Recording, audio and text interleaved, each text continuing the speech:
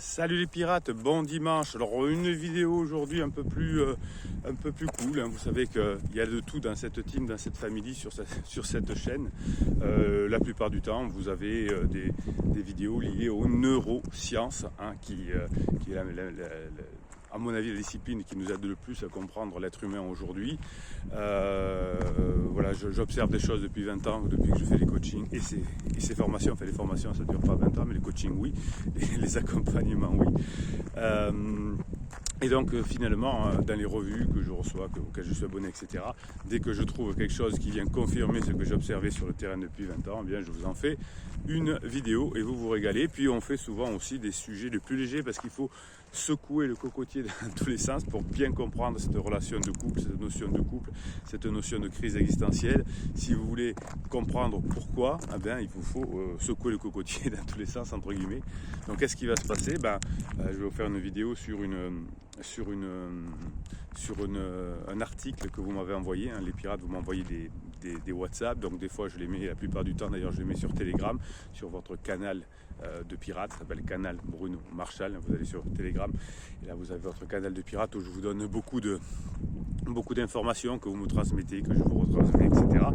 Et là, je trouvais cet article sympa dans Grazia, hein, qui parle des phases d'amour du couple. Donc on va le découvrir en même temps. Alors vous savez que j'aime bien faire ça. J'ai vu que ça parlait d'amour, qu'il y avait 5 phases. Pour moi, il n'y en a que 4, donc je pense qu'on doit pouvoir s'entendre avec Grazia. Donc je vais découvrir en même temps que vous cet article-là et on va se régaler. Voilà. Donc sur cette chaîne, vous avez beaucoup de sérieux et puis de temps en temps, voilà, on regarde ce qui se dit dans des magazines populaires et c'est très intéressant aussi parce que souvent il y a des choses intéressantes.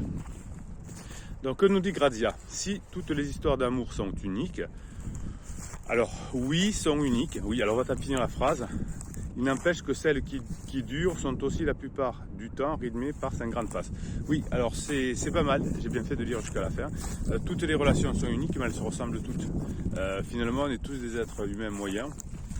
Et on réagit à peu près tous de la même façon dans les grandes tendances. Évidemment, il peut y avoir des choses qui changent à la marge, mais effectivement, hein, les grandes tendances du fonctionnement de l'être humain sont tout à fait les mêmes, hein. Et ça, c'est quand on a compris ça, quand on a compris que son conjoint en crise n'est pas exceptionnel, quand on a compris que nous ne sommes pas exceptionnels. Souvent, vous me dites en début de coaching, mon histoire est tout à fait particulière, et puis on s'aperçoit à la fin du coaching qu'elle ressemble à toutes. Et quand vous regardez les commentaires des pirates en descriptif de cette vidéo, vous savez ce qui se passe, hein. Vous voyez que toutes les histoires se ressemblent et ça c'est très valorisant parce que toutes les personnes qui ont récupéré leur conjoint finalement ont fait à peu près la même chose, hein, ce qu'on dit notamment dans les coachings et dans les formations, puisque vous savez que les formations et le coaching c'est comment y arriver, les lives tous les vendredis soirs à 19h et les vidéos c'est on apprend pourquoi ça se passe comme ça, et l'énergie elle est donnée par le capitaine pirate évidemment, pour une on se calme, mais aussi par les commentaires des vidéos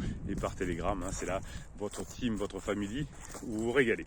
Donc des étapes qui sont presque incontournables et qui régissent le développement d'une relation et qui convient d'appréhender afin de les traverser sans trop de tracas. Pour l'instant, je suis 100% d'accord avec ce titre, hein. Si on comprend comment fonctionnent les relations humaines, comment fonctionnent les compétences sociales, eh bien on arrive beaucoup mieux à s'entendre et à les passer. Car si les couples les plus solides parviennent à avancer de cap en cap en maintenant la flamme allumée, d'autres capitulent dès les premières tempêtes amoureuses. Oui, ça c'est vrai, hein, il y a des non-pirates, on va dire, ou des bébés pirates qui capitulent dès les premières étapes de la phase d'alarme de la crise existentielle. Vous avez cette semaine en vedette la phase plateau, hein. La phase plateau c'est la deuxième phase de la crise, hein, après la phase d'alarme qui est la phase où pendant 6 mois on ne peut rien en tirer, tout est tendu, tout est en down, et ensuite on commence à gérer la phase plateau sur la formation qui est sortie mercredi. Donc vous avez les formations et les coachings, hein, en descriptif de cette vidéo. Et effectivement, il y a des personnes qui ont capitulé, qui m'appellent, qui ont déjà capitulé au début de la phase d'alarme, dans les premières semaines, où la personne qui est en crise d'alarme, qui est en sentiment d'urgence, effectivement, va dire faut qu'on se sépare, prends-toi un appartement, laisse-moi du temps, va voir un avocat, renseigne-toi, etc. C'est-à-dire qu'il vous fait faire le boulot.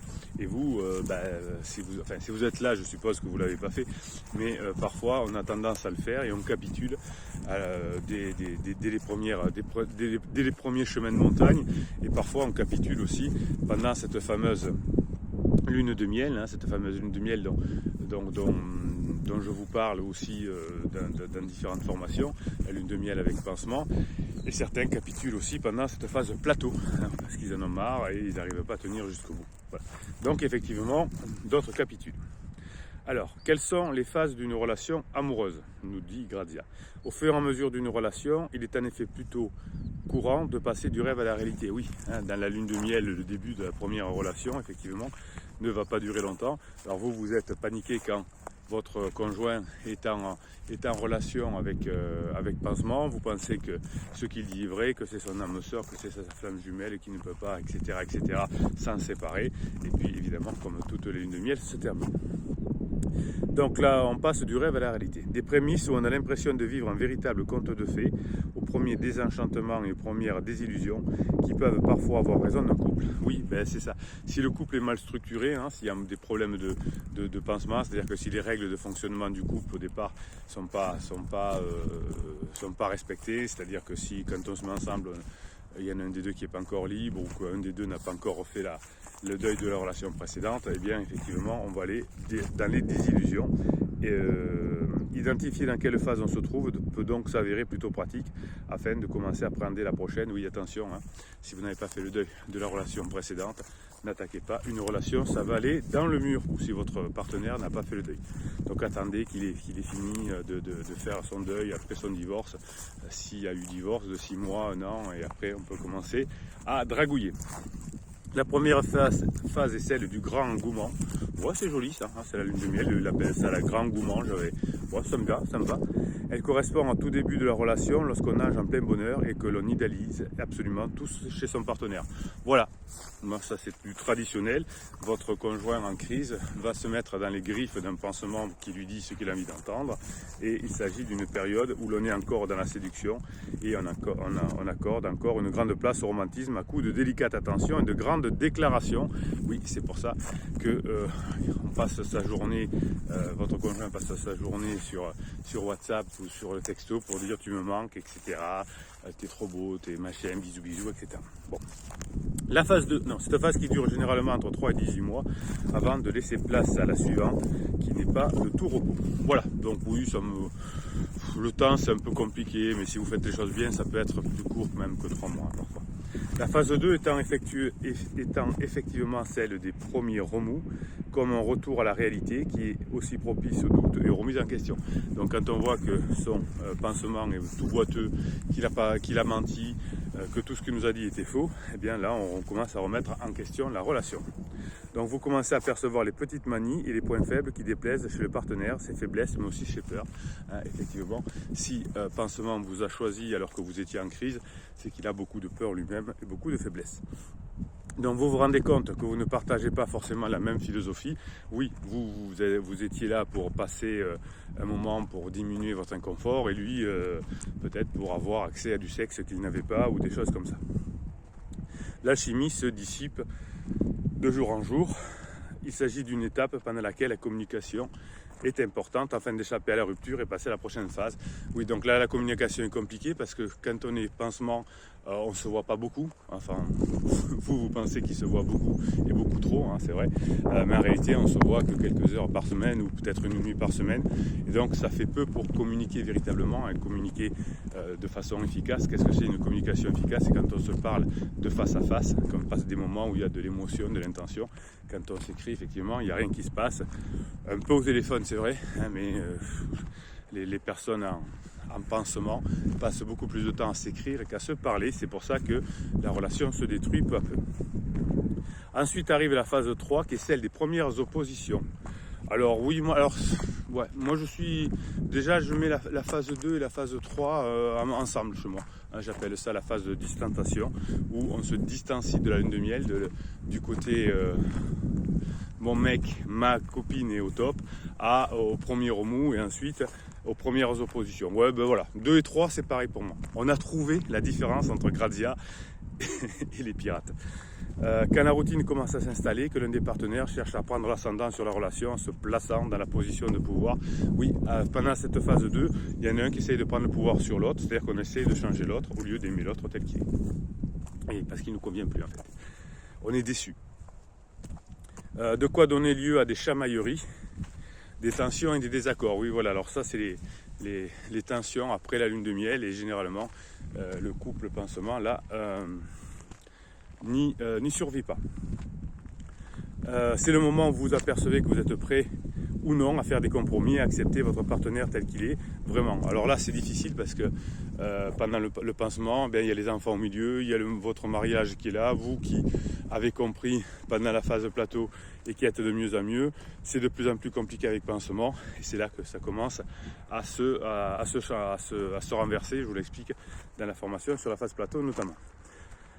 En phase 4, en phase 4 vient l'heure du bilan. Donc pour moi, c'est la phase d'exploration. Je vais voir s'il n'y a pas mieux ailleurs. Je fais le bilan.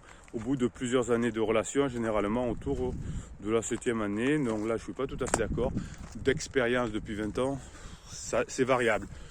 Déjà c'est plus, s'il y avait une moyenne, ce serait plus autour de la 10e année, mais enfin c'est pas très grave. Les moyennes on s'en fout. Ce qui est important c'est vous, où vous en êtes. Voir si le chemin de vie que vous empruntez vous épanouit, si vous êtes comblé par votre couple ou au contraire si tout va à l'eau. Dans ces cas, des décisions vont être prises. Voilà, oui, vous voyez que c'est bien connu tous ces mécanismes. Ne vous affolez pas. Si votre conjoint est en phase 4 et qu'en plus il vous fait une crise existentielle, il va juste falloir apprendre à passer ces moments-là. Enfin la phase 5, celle que je kiffe, moi je l'appelle la phase de grande intimité, parce que là, on sait qu'on sera ensemble pour toute sa vie, alors on fait des choses chacun de notre côté évidemment, mais on est très content de se voir, de se voir le soir, de se voir le week-end, etc. Mais on fait plein de choses à côté, il y en a un qui fait son yoga, l'autre qui fait son golf, et c'est très bien. Cette phase correspond à celle où la confiance et la sécurité s'installent, voilà. Donc on sait qu'on est ensemble, c'est pas parce que tu vas voir ton prof de yoga que je vais être jaloux. Vous transcendez votre partenaire autant qu'il vous comble de bonheur. Ensemble, vous avez été capable d'affronter plusieurs crises et en ressortant toujours aussi soudés. Vous avez construit une relation sur des bases saines et solides que vous n'imaginez plus une vie sans l'autre. Ça, c'est très bien. Ça va bien. Là, on est pratiquement au top. On est bien, on fait des choses ensemble et on est bien quand même quand on n'est pas ensemble. Cela veut dire aussi qu'il est venu le temps de vous faire confiance mutuellement et de vous donner davantage de liberté. Oui, là on est vraiment dans la vraie liberté, vous savez, dans la phase 4, dans la phase 4 de Grazia, la phase 3, la phase d'exploration, la mienne, celle que j'ai observée depuis 20 ans simplement. Dans ces phases-là, cette phase 4, on n'a pas confiance, on ne sait pas, on veut de la liberté. Mais la vraie liberté, on peut l'avoir essentiellement dans le couple, quand on a des moyens financiers, par exemple, et quand on est bien, quand on peut voir ses enfants quand on veut, etc. Quand on voit les enfants une fois sur deux, quand on n'a plus les moyens financiers parce qu'on a près de maison, etc. Et que notre famille ou nos amis nous tournent le dos, on n'est pas si libre que ça, bien au contraire. Bien, je suis très content de cet article de Grazia. Vous voyez qu'on parle de neurosciences ou dans un journal populaire, eh bien on est à peu près d'accord sur comment fonctionne le couple. C'est toujours étonnant effectivement de se mettre en couple et de ne pas connaître tout ça, de ne pas connaître ces phases. Ça me surprend toujours quand on me dit mon conjoint qui est en crise pense aimer pansement, etc., que c'est son âme sœur. Quel manque de culture dans les rapports humains que nous avons dans notre alors j'allais dire en France, mais vous savez, je pense que dans la plupart des pays, on a les mêmes symptômes. On est mauvais en relations humaines. Et donc, la bonne nouvelle, c'est que tout s'apprend. Hein. Vous avez les formations et les coachings. Et vous allez vous régaler. Allez, on se fait quelques télégrammes. Telegram, c'est votre application. Vous allez sur Telegram, vous tapez canal Bruno Marchal. Et vous m'envoyez toute la journée sur mon WhatsApp des photos, des mèmes, des vidéos. Et je vous les mets sur Telegram et vous vous régalez hein, entre deux coachings, entre deux formations. Ça vous continue à vous donner le boost. N'importe qui peut dire n'importe quoi à ton sujet. Souviens-toi que tu n'es pas n'importe qui pour écouter n'importe quoi. Si tu écoutes n'importe quoi, tu deviens n'importe qui. Oula, c'est compliqué. Mais c'est tout à fait ça. Si vous demandez des conseils à des amis qui ne sont pas qualifiés, ils vont vous raconter n'importe quoi et vous allez devenir n'importe qui. Non, c'est bon, ça me plaît ça, ça me plaît. C'est-à-dire que vous allez faire des bêtises. En fait, quand les conseils qu'on va vous donner, c'est toujours des conseils extrêmes. Attends, ça va passer, ou fous-le dehors. En gros, hein, évidemment. Te laisse pas faire. Et la réalité, elle est beaucoup plus subtile que ça. C'est ni l'un ni l'autre. Hein. Voilà. C'est du travail, c'est de la subtilité, c'est de la science. Donc si vous écoutez n'importe quel conseil, vous allez devenir n'importe qui, vous allez devenir moyen, hein, c'est-à-dire que vous allez vous retrouver en séparation, comme malheureusement des personnes qui ne le souhaitaient pas, et même les personnes qui ont demandé la séparation, hein, vous avez plein de vidéos là-dessus, le regrettent ensuite la plupart du temps. Si quelqu'un joue aux morts avec toi en faisant plus signe de vie, montre-lui que tu respectes les défunts donc, qu'il repose en paix. Oh, ça c'est excellent, je répète. Si quelqu'un joue aux morts avec toi en faisant plus signe de vie, montre-lui que tu respectes les défunts donc, qu'il repose en paix. Oui, alors ça c'est parfait. Si vous faites un silence radio, si vous faites une lettre magique, si vous faites fuis-moi je te suis, eh bien si vous montrez plus de signes de vie, eh bien votre conjoint va avoir tendance à effectivement vous laisser reposer en paix et aller voir quelqu'un d'autre. Excellent, voilà, je suis toujours interrogatif et quand on continue à proposer des silences radio, des choses comme ça, ça n'a pas de sens, mais c'est continuer à être proposé. Et le plus dur, le plus étonnant, c'est qu'il y a des personnes qui le font. Bon, évidemment, qui se prennent les pieds dans le tapis, ils sont ensemble depuis 5, 10, 15, 20 ans, mais qui le font. Un individu contraint est potentiellement dangereux, soit pour lui-même, soit pour son entourage. Oui, n'essayez pas de contrôler votre conjoint, c'est nul, ça ne sert à rien. Essayez de vous contrôler vous-même, vous avez une formation sur le contrôle et elle est excellente, je l'adore. Avant de prier, crois, avant de parler, écoute, avant de juger, comprends, avant d'écrire, pense, avant de dépenser, gagne, avant d'abandonner, essaye, avant de mourir, vis. Bah oui, voilà. Je pense que c'est une bonne philosophie de pirate. Avant de prier, crois, avant de parler, écoute, avant de juger, comprends, avant d'écrire, pense, avant de dépenser, gagne, avant d'abandonner, essaye, avant de mourir, vis. Ben, je suis tout à fait d'accord avec tout ça. Il y en a un autre? Oui. Alors je sais que ça passera, mais c'est tellement dur. Oui, la crise passera, mais c'est vraiment dur. Je suis bienveillant, je suis de tout cœur avec vous. Parfois je vous tire les oreilles pour vous aider quand c'est le bon moment, mais je sais, et je vous le dis dans chaque coaching, dans les formations, dans les vidéos, c'est des moments très durs à passer, mais quand on les a passés, eh bien on atteint la phase 4 du couple, la phase 5 pour Grazia, et on est heureux. Allez, je vous tire au sort un commentaire. Vous savez que sous ces vidéos, vous mettez des commentaires. Je vous tire au sort un commentaire. Et j'en fais quoi? J'en fais un mini coaching. Allez, princesse Jasmin, la princesse, hello pirate et capitaine, gros down pour moi. Criseux absent cette semaine pour cause de formation. Et aujourd'hui, il m'annonce qu'il veut qu'on discute le week-end prochain avec des décisions réfléchies. Il ne reviendra pas en arrière, sinon il me détestera, il ne veut pas, blablabla. Bon, vous savez, je me doute qu'il n'était pas en formation cette semaine et qu'il était ailleurs et qu'il a subi la pression de pansement. Ça fait toujours très mal, mais à part plaisanter, mon plan est de ne pas échanger sur ce sujet avec lui. Oui, vous lui dites ce week-end, tranquillement, on se verra, on se fait un petit resto dans la semaine et on en parle. Comme ça coupe court au « je suis motivé, j'y vais le voir, va le voir, maintenant ça suffit, va la voir ». Et peu importe ce qu'il va me sortir de son chapeau de crise en dépression et depuis peu burn-out, oui, là ça sent la pression de pansement. J'ai essayé de l'aider sans faire l'infirmière et il me le fait bien regretter. Oui, on n'aide pas quelqu'un qui est en crise, on lui fait passer des bons moments, on est d'accord. Je vais esquiver, point, très bien. Marre de souffrir, je ne veux pas craquer vraiment. Non, on n'abandonne pas si on veut continuer. Besoin de votre soutien, histoire de me ressaisir. Alors que lui dit Cerise? Des enfants, si oui, comme c'est les vacances, tu peux préparer des activités avec eux en disant à ton mari que la priorité pour l'instant, c'est de leur faire passer des bons moments, qu'ils ne sont pas prêts, ni pour toi, ni pour le quotidien, qu'il n'y a pas d'urgence à prendre des décisions. Alors je suis tout à fait d'accord, Cerise. Vous le ferez ça au restaurant. Vous dites quel est ton point de vue? Je t'écoute, je vais y réfléchir et on se refait un resto 15 jours après, une semaine après, 10 jours après et on dit ce qu'a dit Cerise, effectivement, pour le moment, ma priorité c'est les enfants, il n'y a pas d'urgence pour le reste, donc pour le moment je m'occupe des enfants, on verra plus tard, en gros. Voilà. Donc vous allez gagner 15 jours et vous n'aurez peut-être même pas besoin d'ailleurs d'avoir la deuxième phase parce qu'il risque d'être passé à autre chose et d'avoir oublié s'il s'est pris la tête entre temps avec Madame Pansement. Jeff Xut, bonjour à toute la piratie. Allez, on se forme et on reste au top. To be a rock. Ouais, formation, rester un rock. Et bonnes vacances à tous ceux qui y sont. Au passage, témoignage très intéressant. Merci, capitaine. C'était le témoignage de Marie, je pense. Voilà. Alors, je me grattais l'œil. Je ne vais pas me rincer l'œil. Je me grattais l'œil. Et je vais vous dire bon dimanche, les pirates. mettez-moi des commentaires, mettez-moi des pouces en l'air, vous êtes une team au top. Vous passez des moments difficiles, vous le savez. Je suis de tout cœur avec vous. Je serai là tout le temps pour les formations et les coachings. Vous savez que j'ai pris une semaine de vacances cette année et j'ai quand même fait des formations pour vous aider. Il y a juste une semaine où j'ai pas fait de coaching. Et j'ai eu une pirate au téléphone qui m'a dit « Bruno, vous avez pris une seule semaine de vacances et c'était la semaine où mon mari a décidé de partir et j'ai pas su gérer.